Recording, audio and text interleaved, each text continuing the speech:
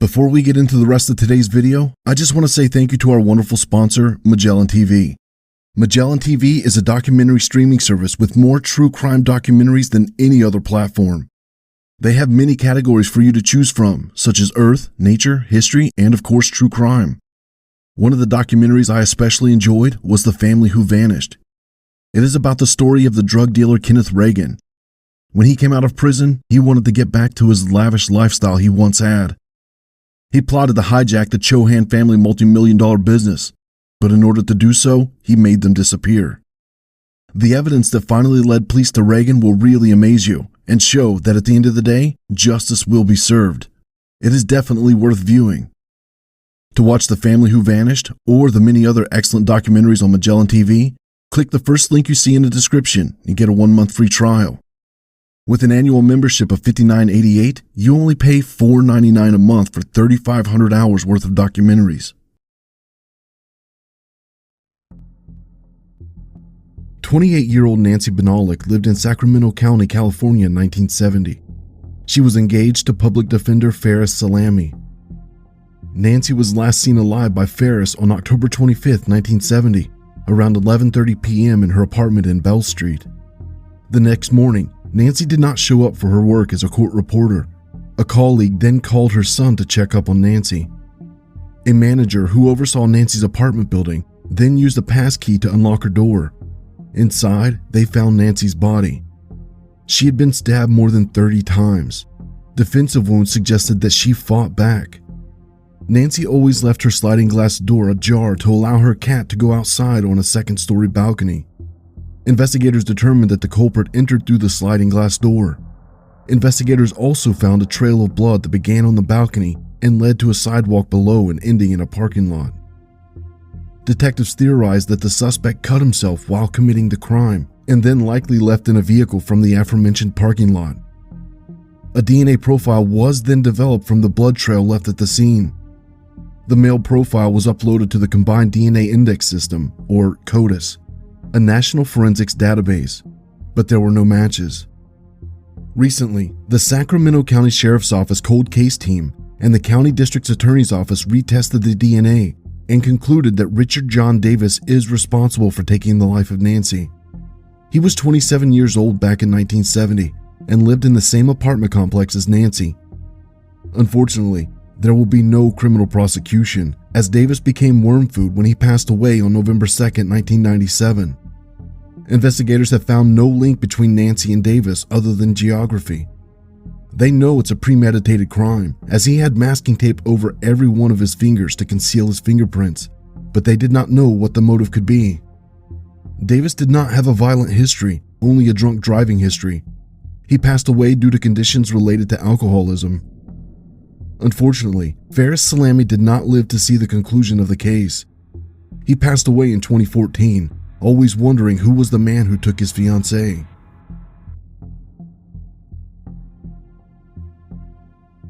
On June 3, 1991, at approximately 10 a.m., two passers-by found a woman's body in the grass on the northwest corner of Olive and Craig Street in Urban Crest, Ohio.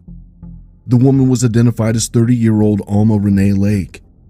She had been strangled, bound, and there were signs she had been assaulted. DNA belonging to a male was collected from the crime scene and stored so it could be used later. 5 years later, on November 11, 1996, the body of 36-year-old Michelle Dawson-Pass was found in Granville, Ohio. She was last seen walking to a friend's house. DNA belonging to a man was taken from her body, and after testing, investigators noticed that the same man was responsible for taking the lives of both Alma and Michelle. In March of 2021, investigators used genetic genealogy to connect Robert Edwards to both crimes. In an interview with the investigators, Edwards denied knowing the victims and said he was not involved in what happened to them. Investigators obtained a DNA sample from him and gave it to the Ohio Bureau of Criminal Investigation. In 2022, it was confirmed that Edwards was responsible for taking the lives of both Alma and Michelle. 67-year-old Robert Edwards was arrested at his home in Columbus, Ohio on August 5, 2022. During a news conference at which family members of the two victims were present, Franklin County Sheriff Dallas Baldwin said Edwards' arrest demonstrates the persistence of law enforcement. I can't imagine what it's like for a family to go 30 plus years not knowing what happened to their loved one," he said. "Today, at least we can bring some closure."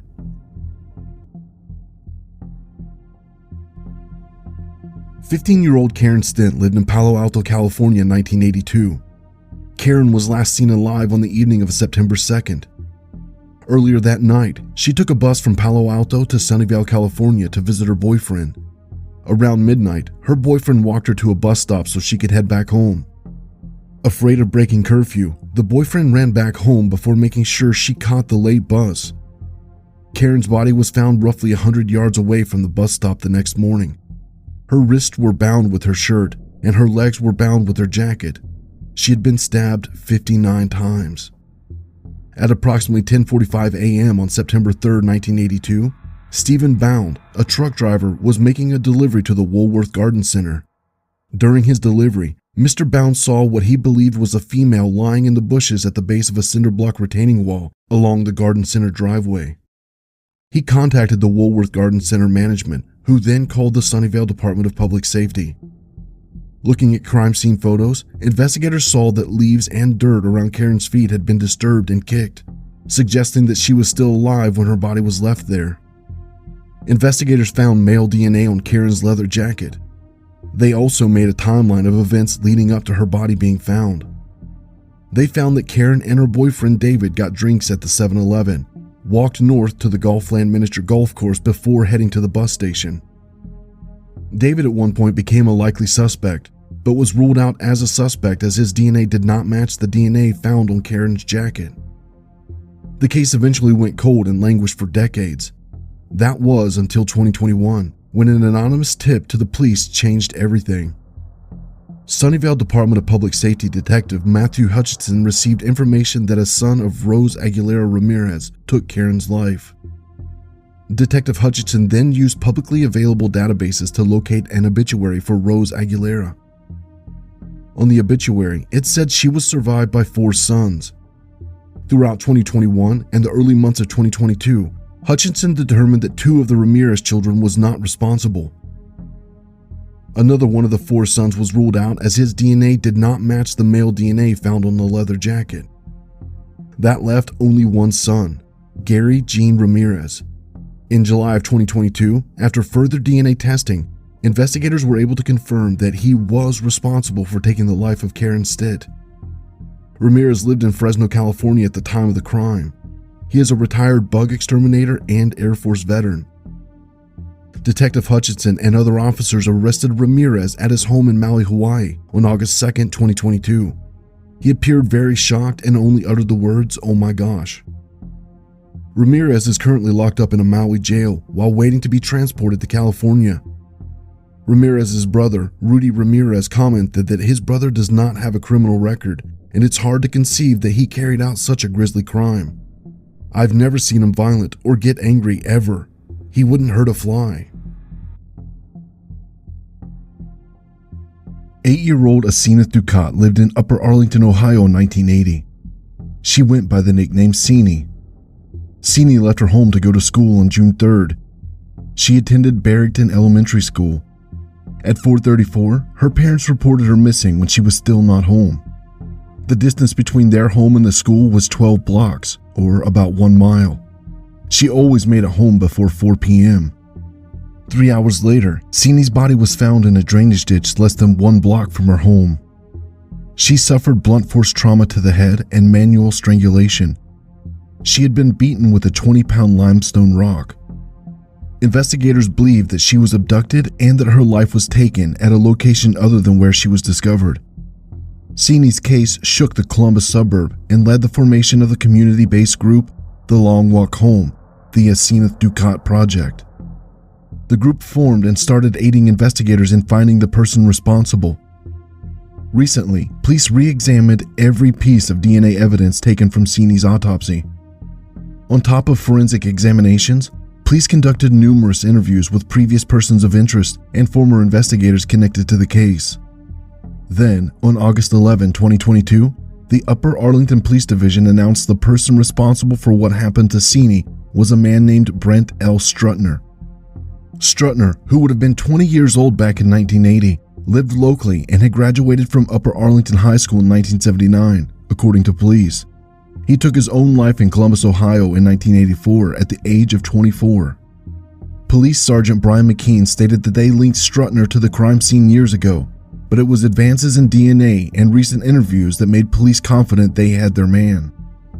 "We wanted to make sure all the pieces and parts were tied together before we released anything," said McKean. "Stagner was a suspect long before we had the ability to identify him." Police Chief Steve Farmer said, "Investigators for the Upper Arlington Police Division have tirelessly pursued justice for the Dukat family for more than 4 decades. I am the 6th chief to oversee these efforts and appreciate the hard work that has been put into this case through the years." Chief Farmer extended peace and healing to the Dukat family.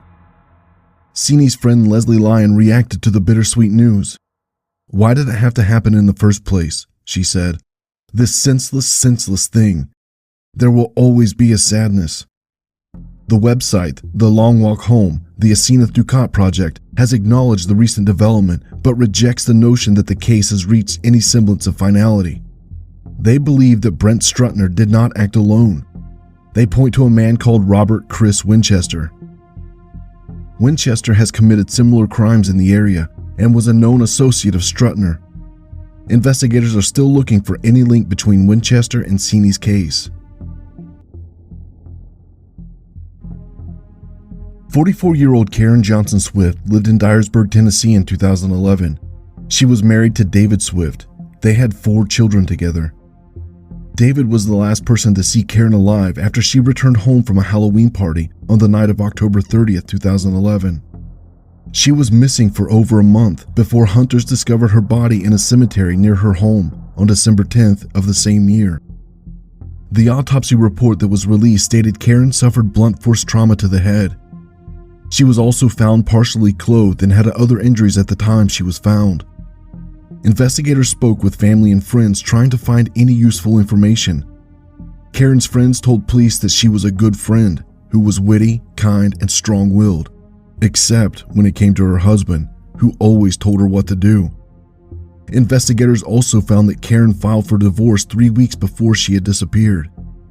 Finally, on August 9, 2022, David Swift was arrested in connection to the case. He was arrested in Alabama, where he now lives with his new wife. The arrest was made by members of the Dyer County Sheriff's Office, with assistance from the members of the Jefferson County, Alabama Sheriff's Office. Dyer County Sheriff Jeff Box said he was pleased after the grand jury announced an indictment against Swift on August 8th. He also said that he kept in touch with Karen's mother, Carol Johnson, throughout the years. As soon as David Swift was placed in handcuffs, I called Carol and told her the news. I always told her I had faith this case would be prosecuted, and today we had a very emotional conversation. She just wants justice for her daughter.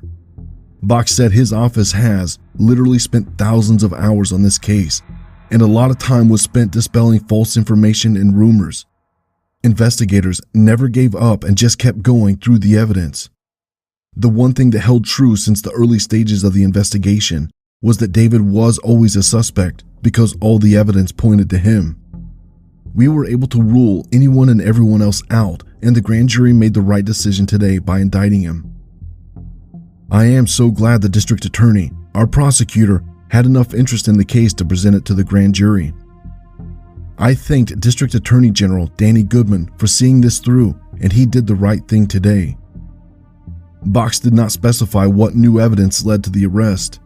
If convicted, Swift faces up to life in prison without the possibility of parole.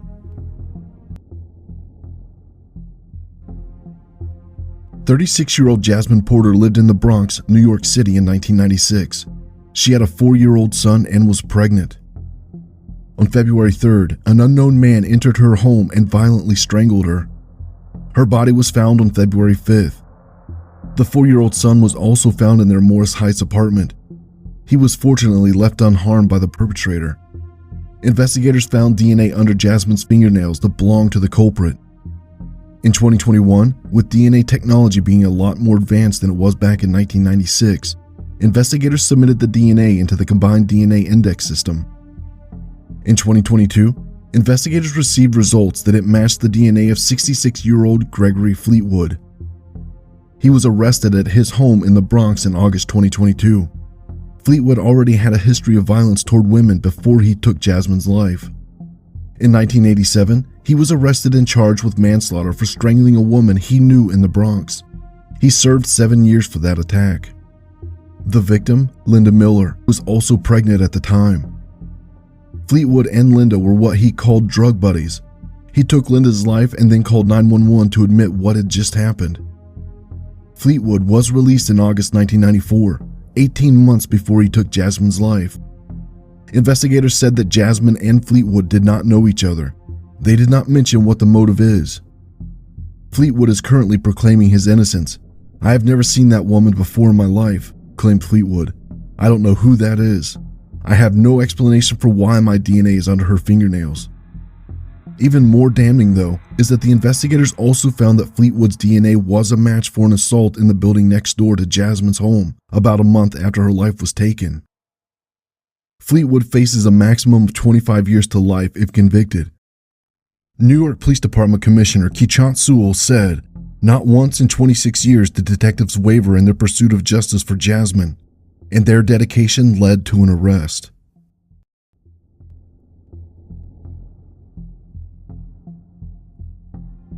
"53-year-old John Stagner lived in Orlando, Florida in 1992. He was a hard-working maintenance employee for Orange County and was living on the county's maintenance property. During the early morning hours of August 10, 1992, deputies responded to a home on North Forsyth Road after John's wife found his body in bed.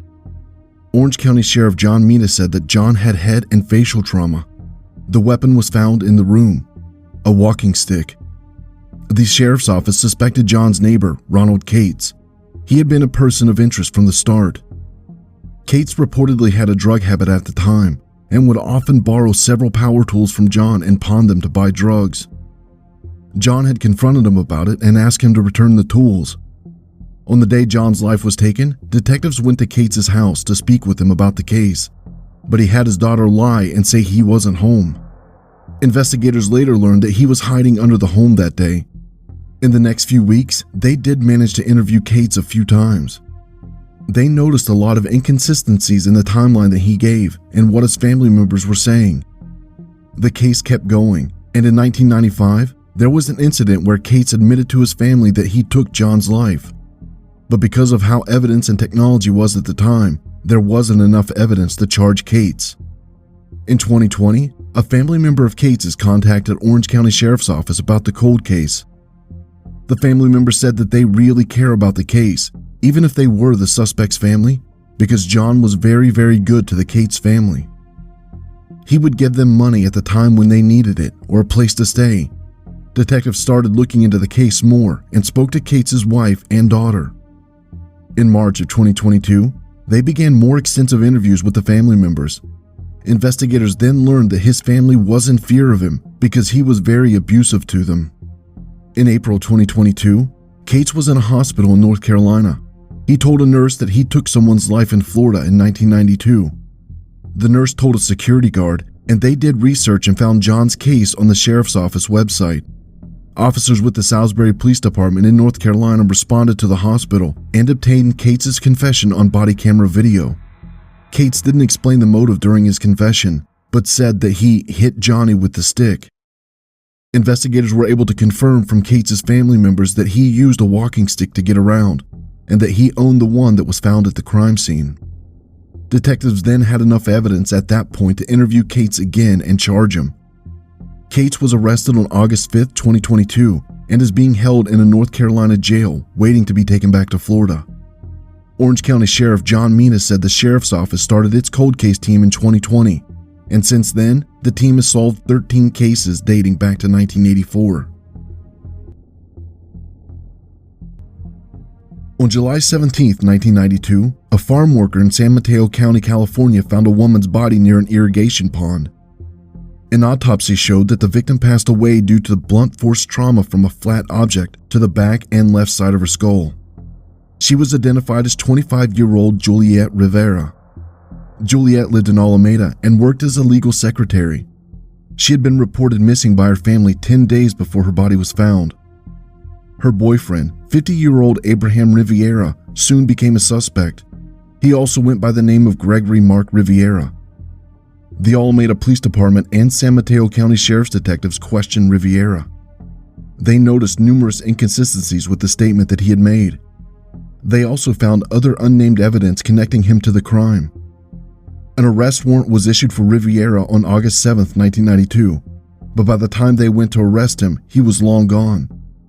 Detectives found his apartment in Alameda abandoned. Juliette's case was featured on an episode of America's Most Wanted soon after Rivera disappeared.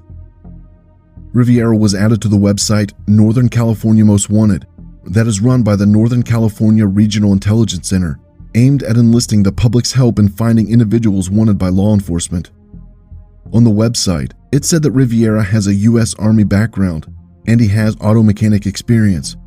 He loves to talk about his times in Hawaii and has been described as a person who loved the Bay Area and likes to attend social events and local bars. The breakthrough in the case would finally come in May of 2022. A transient man who was known as John Paul passed away in Merced County, California. A coroner then ran the man's fingerprints in order to locate his next of kin. Results showed that the man was actually Rivera. It turns out that Rivera used his brother's name and lived a transient lifestyle to stay under law enforcement's radar. He and his brother would often swap identities to keep law enforcement guessing. The San Mateo County Sheriff's Office had this to say in a statement. Based on this investigation with the identity of suspect Abraham Rivera, aka Gregory Mark Rivera, aka John Paul, finally located and now deceased, this case is closed. Public Information Officer Lieutenant Eamon Allen said, "Here at the San Mateo County Sheriff's Office, a cold case does not mean a closed case. We investigate all cases thoroughly. Investigators are hoping that someone will come forward to shed light on why Rivera did what he did. Anyone with additional information pertaining to Juliette Rivera's case is urged to contact the San Mateo County Sheriff's Cold Case Unit at this email address."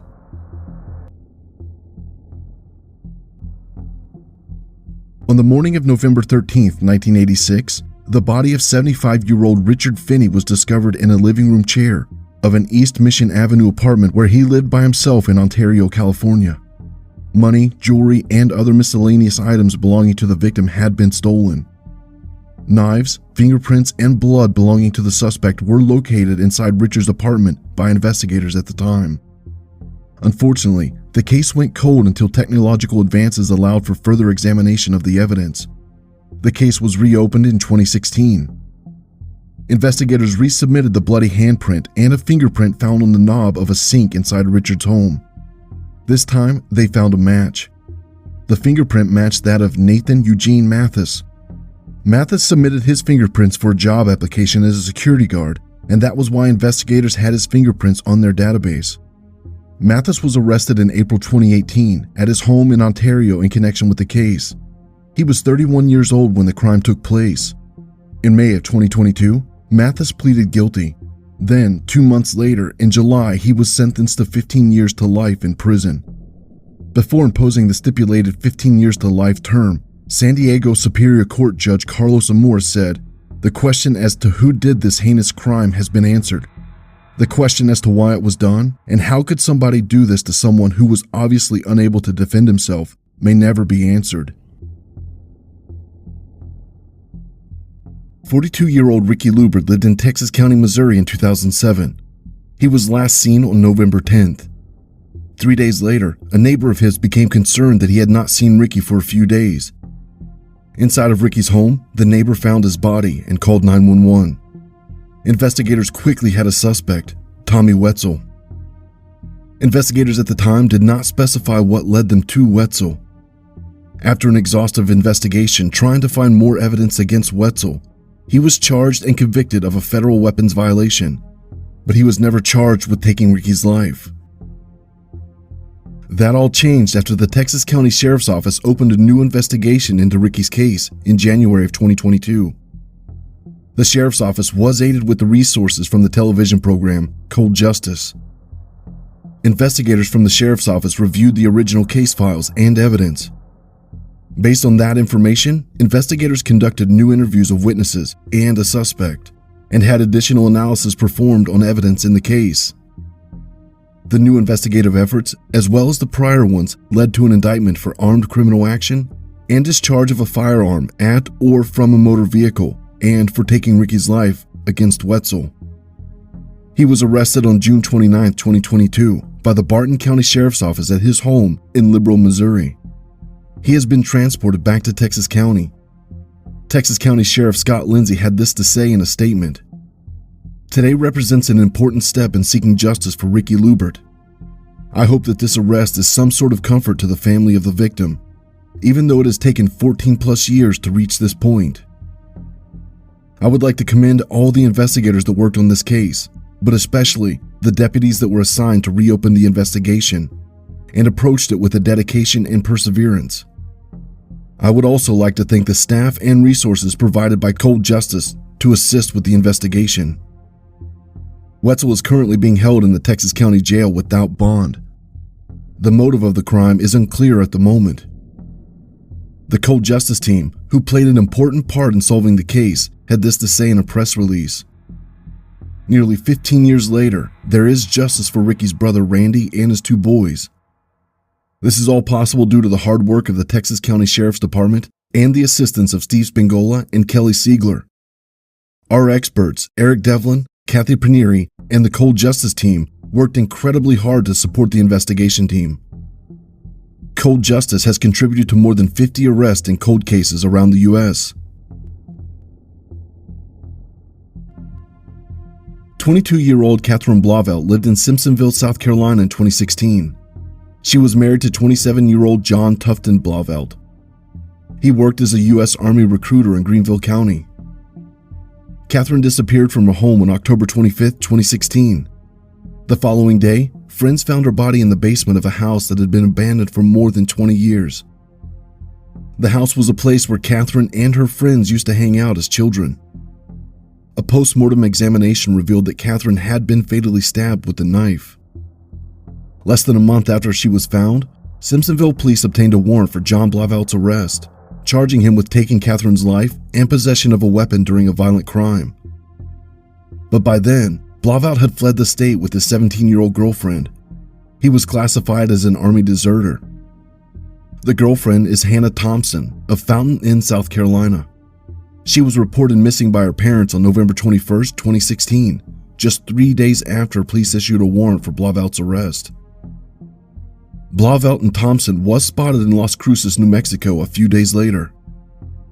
Then after the U.S. Marshals joined the search to find Blauvelt, they learned that he and Thompson traveled through Alabama, Texas, and California.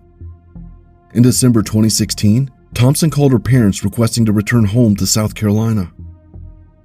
She was found safe in Oregon on December 12th, having been abandoned by Blauvelt. Simpsonville police stated that Blauvelt was known to live around wooded areas near the Oregon-Washington border. The case was featured on In Pursuit with John Walsh in 2019. On July 20, 2022, the Pacific Northwest Violent Offender Task Force, led by the U.S. Marshals Service, captured Blauvelt following a lead received at the Marshals headquarters earlier in 2022. The nature of the tip was not disclosed, but officials stated Blauvelt had been living as Ben Klein when they arrested him without incident. Jackson Sheriff Nathan Sickler said, "We are glad this offender is in custody, and the process can begin to seek justice for the victim and her family. The work of this local violent offender task force is extremely important to the safety of our community, and we are proud of their efforts and our continued partnership." Catherine's mother, Patricia Piver, said, "Losing a child is unbearable. We knew John did it. But when he ran, our hearts sunk, and then he disappeared off the face of the map. And months turned into years, and now 5.5 years later, you lose hope, and you just gotta find something to hold on to. But getting that call yesterday, I'm still shaking," Piver continued. "It was the most amazing phone call ever." She also told reporters that Catherine's relationship consisted of intimate partner violence and hoped others could learn from her daughter's story. "He or she will beat you one day and then the next day apologize. Don't believe it. Catherine got away from him and moved back home, but they're not going to change. They threaten, beat, and hurt you. Get away and stay away." John Blauvelt was booked into the Jackson County Jail, where he awaits to be taken back to South Carolina to face prosecution.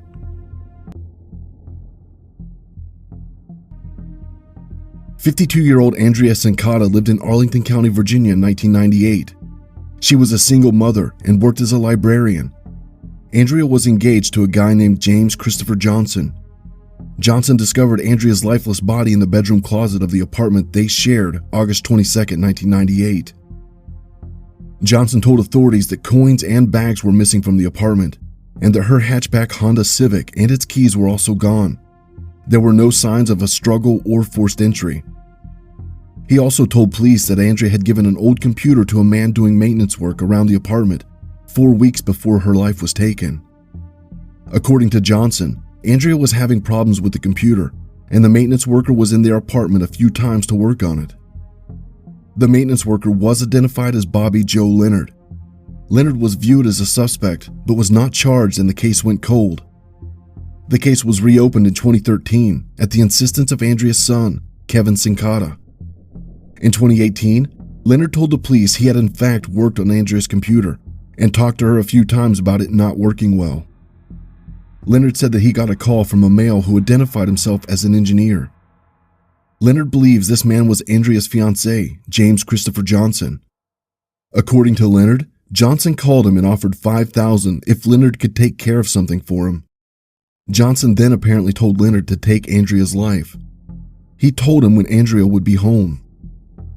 Allegedly, Johnson then told Leonard not to use a gun because that would be too loud, that he should wear gloves, that he should not be seen by anyone, and that he should wear a hat to cover his face. He also told Leonard that the $5,000 would be left in the closet for him to pick up. Leonard said that Andrea offered him a root beer when he came to the apartment. He then strangled her until she was no longer breathing. When he went to the closet, the money was not there. In November of 2021, both Leonard and Johnson were charged with the crime. At that point, Leonard was already serving a life sentence for assaulting a 13-year-old girl in 1999. Arlington Police Chief Andy Penn said, "The passage of time does not diminish the need for answers and accountability in this senseless crime that took Andrea's life. The indictments are the culmination of years of dedicated investigative work in our ongoing pursuit of justice on behalf of Andrea and her family." On July 27, 2022, 54-year-old Bobby Joe Leonard pleaded guilty to taking Andrea's life. Johnson is currently under home confinement since his arrest and denies any involvement in what happened. His trial is scheduled to start on September 12, 2022. Mr. Johnson is innocent, his attorneys Manuel Leva and Frank Salvato said in a statement. They also said, in prosecuting him, the government is relying on the self-serving lies of a man serving a life sentence for the assault of a 13-year-old girl. Kevin Cincotta, Andrea's son, said that he had been surprised that Johnson was a suspect and that the family had supported the man they call Chris back in 1998 when he was first identified as a suspect. 29-year-old Sharron Hammack lived in Grand Rapids, Michigan in 1996. She had 2 children and was pregnant with another child on the way. Sharron was a sex worker and had addiction issues when it came to drugs. Her family's attempts to get her into rehabilitation programs failed due to her lack of health insurance. Sharron's body was found on October 3, 1996 in Kent County, Michigan. She had been assaulted and strangled. Sharron had been rolled up in a blanket and dumped on the side of the road. A delivery driver discovered her body on the same day her life was taken. Sharron was the 9th body found of a dozen women in the 1990s in and around Michigan Grand Rapids area. Unlike Sharron, most of the victims' remains had already become skeletal by the time they were found. The majority of the 12 Michigan victims had addiction issues and did the same work as Sharron did. A local task force was formed in 1996 to investigate the 12 cases. They questioned a lot of people and followed up on leads, but were unable to make any arrests for a very long time. Then finally, in August of 2022, 64-year-old Gary Dean Artman was arrested in connection with Sharron's case. He was taken into custody in Mississippi and is currently waiting to be taken back to Michigan. His DNA matched the male DNA found in Sharron's body, along with DNA found on the rope used to tie her up. He is also a suspect in a similar case of a woman who disappeared outside of Los Angeles, whose remains were later found in Maryland. The same male DNA was found in both this victim and Sharron. A detective working the case said familial DNA was done on both the Grand Rapids case and the Maryland case. It was determined that the assailant in each case was in fact the same person. Artman, by his own admission, was living and working near Sharron's crime scene and was present in the state of Michigan when her life was taken. It was also discovered that before the other victim's body was found in Maryland, she was in Ontario, California. Artman was within 20 miles of Ontario at the same time she was. It's not clear yet if the investigators suspect that Artman is responsible for any of the 11 other victims in the Grand Rapids area. Artman was previously incarcerated for 11 years in Michigan on a charge of first-degree criminal conduct. Sharron's younger sister, Tina DeYoung, said that the arrest had brought up a lot of emotions. "We got him. Mama, we got justice for her," Tina said at the press conference, looking toward the sky in a gesture to her deceased parents. "I'm sorry it didn't happen before the good Lord took you, but justice will be served. You can celebrate with her up there."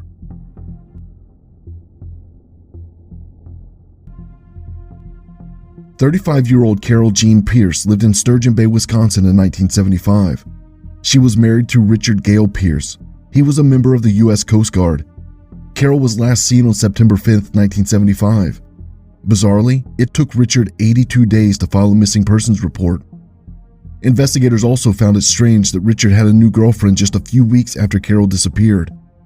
He also wanted no part in helping search for his wife.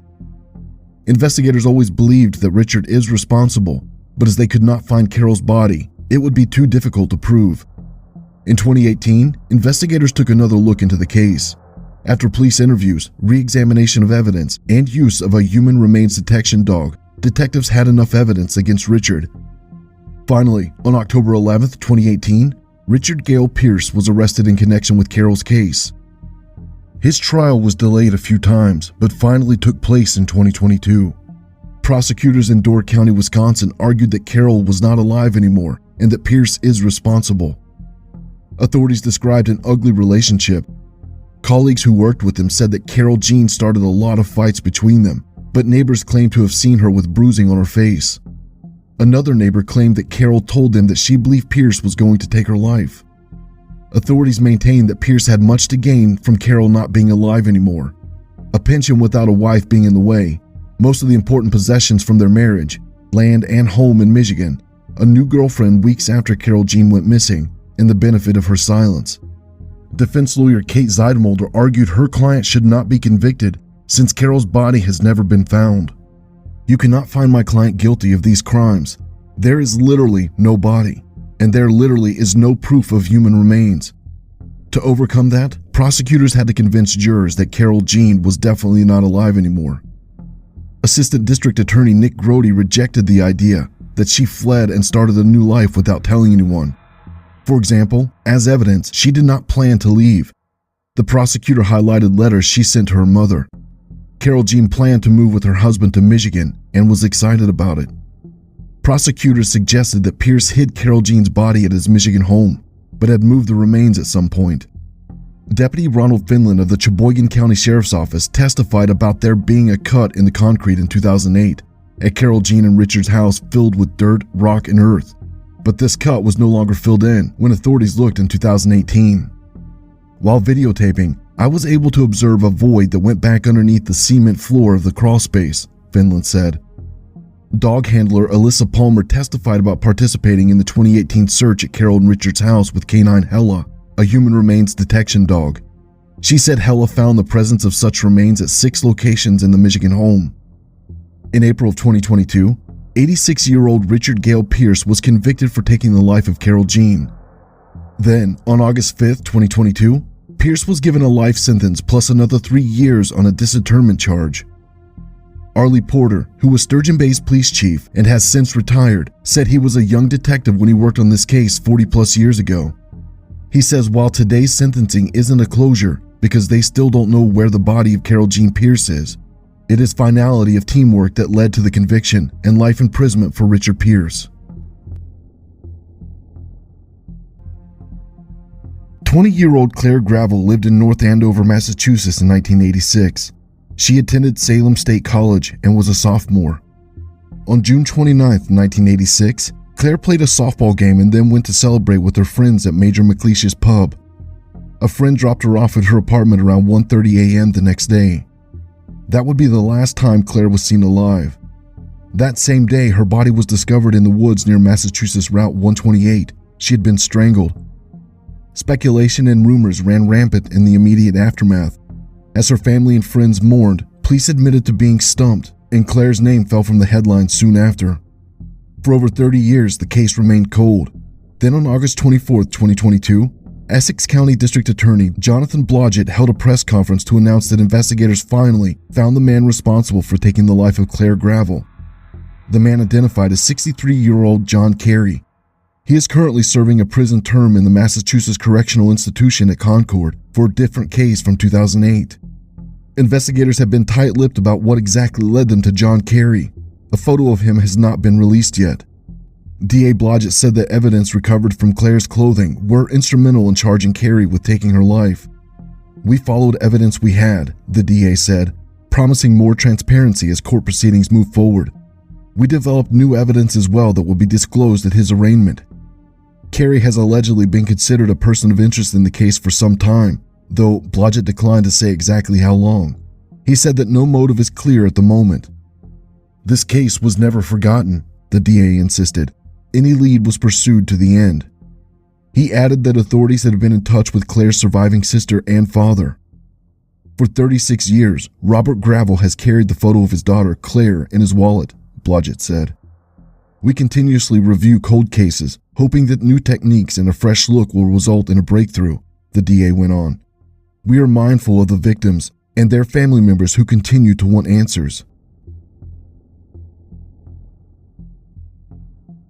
35-year-old Jeanne Childs lived in Minneapolis, Minnesota in 1993.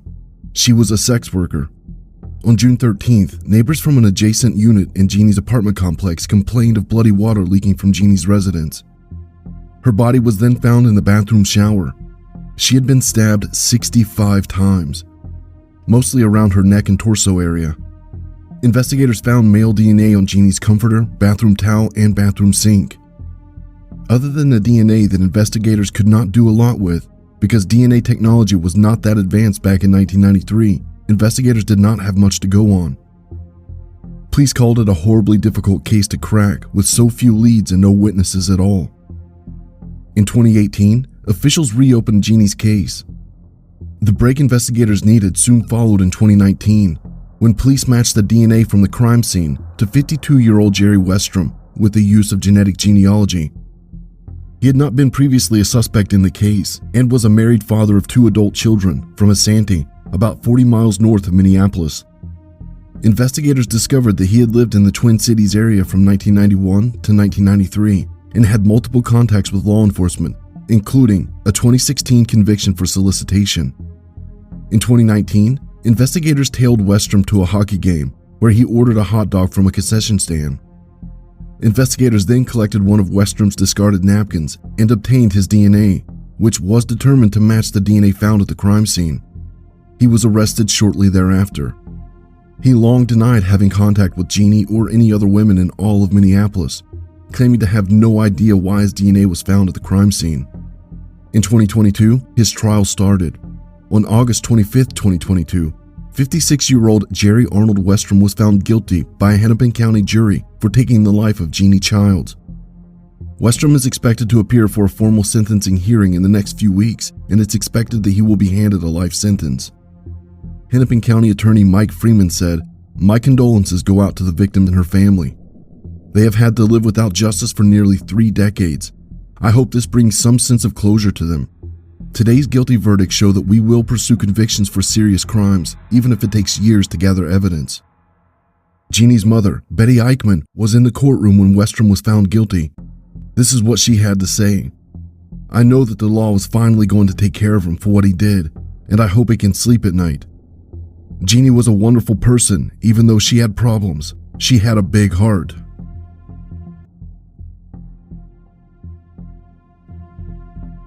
"22-year-old Heather Hodges lived in Rocky Mountain, Virginia in 2012.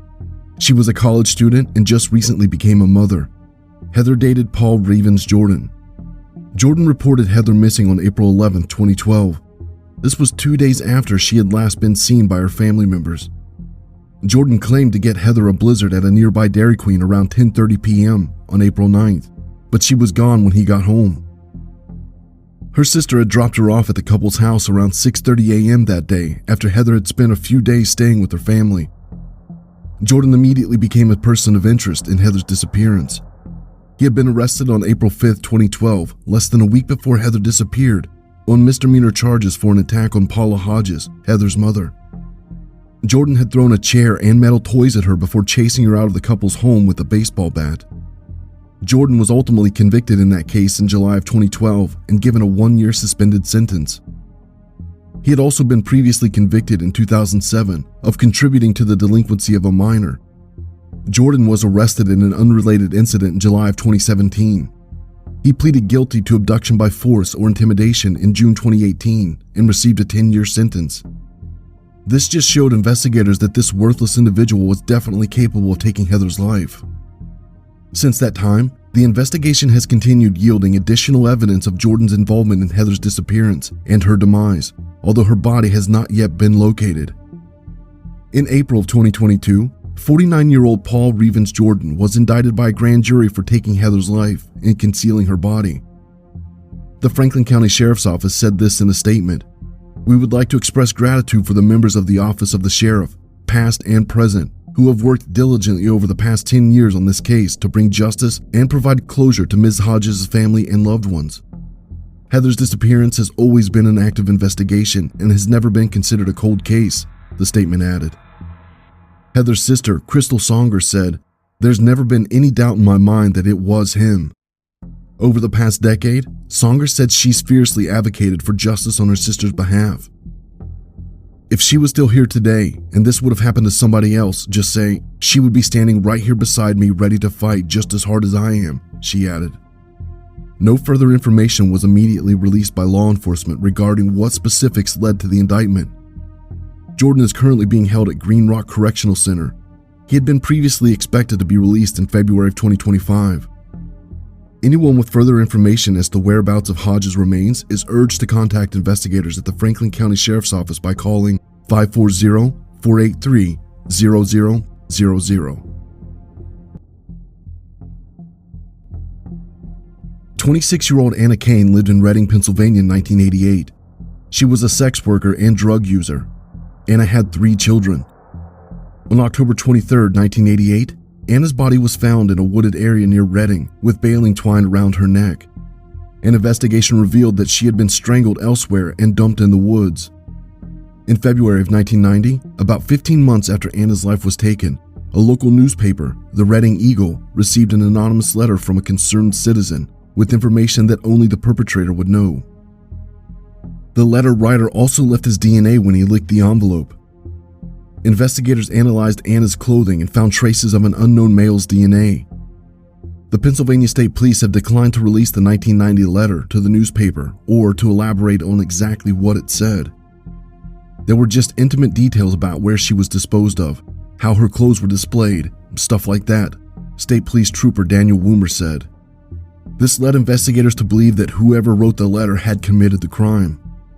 They later determined that the male DNA on Anna's clothing matched the DNA on the envelope from 1990, confirming investigators' belief that the person behind the letter was the perpetrator. But while the investigators had his DNA profile, there was nothing to identify him, because he had never been arrested for anything that required his DNA to be put into the system. That's where genetic genealogy came in. Genetic genealogy's effectiveness in cold cases depends on the quality of crime scene DNA and whether it has degraded. The detectives' careful preservation of DNA evidence in 1988 provided a solid foundation for today's investigators to examine with new technology. Genetic genealogy combines DNA evidence and traditional genealogy to find biological connections among people. In recent years, companies like 23andMe and Ancestry.com have encouraged people to explore their genealogy by spitting into a tube and sending it off for analysis. These companies then send back information on their clients' ethnic heritage, genetic health risk, and family tree, as well as a raw data file on their DNA. With millions of users seeking to explore their genetic roots, the practice has become a big business. It is also a valuable tool for law enforcement officers to solve old crimes. DNA collected from crime scenes can now be uploaded to an online service that compares it to DNA submitted by people using companies like 23andMe to explore their genealogy. If a possible match is found, genealogists can build out family trees to help find potential suspects. Finally, in August 2022, Pennsylvania State Police used genetic genealogy testing to identify the man responsible for taking the life of Anna Kane. Pennsylvania State Police Nathan Trait said, "All of that stuff was preserved the way it should be, because they knew probably somewhere down the line, whatever they collected could be that little piece of evidence to solve the case." Well, here we are in 2022, and that little piece of evidence that they collected was exactly what we needed. The person responsible is a local man named Scott Grimm. Grimm passed away in 2018 at age 58. Investigators don't know much about him other than he lived in a nearby Hamburg, Pennsylvania area. Investigators are trying to determine whether he knew Anna and have urged anyone who knows the nature of their relationship to reach out. So far, they have found no ties. Anna's daughter, 43-year-old Tamika Reyes, spoke during the press conference. She was just 9 years old when her mother was taken away from her. "I felt a bit of everything when I found out. I was happy to finally put a face behind the monster who took her from us, and upset that he will never be able to face consequences." Tamika said one of her fondest childhood memories was taking walks with her mother and seeing her suddenly dance to random music playing in stores as they passed. She was a firecracker, very outgoing, not afraid of anything, very honest, blunt, and caring. Tamika says she's still bothered by the image the media painted of her mother. Although she had a dark past that included drug use and prostitution, she was trying to turn her life around, Tamika said. She was portrayed as this slain prostitute, like she deserved what happened to her. It was hurtful. She was more than that. She was a victim. She was a mother. She was loved. No one deserves what happened to her. "It has been hard growing up without a mom," she said. "No child should ever have to grow up without their mom." Tamika still has so many questions she would ask Grimm if he was still alive. Why did he take the life of a young woman who was just trying to take care of her children? And what went through his mind when he learned she had a family that loved her? Tamika knows she'll never get the answers, but she's glad her family finally knows who did it. Now the investigators have identified Scott Grimm. They will review other open cold cases to see if he was involved.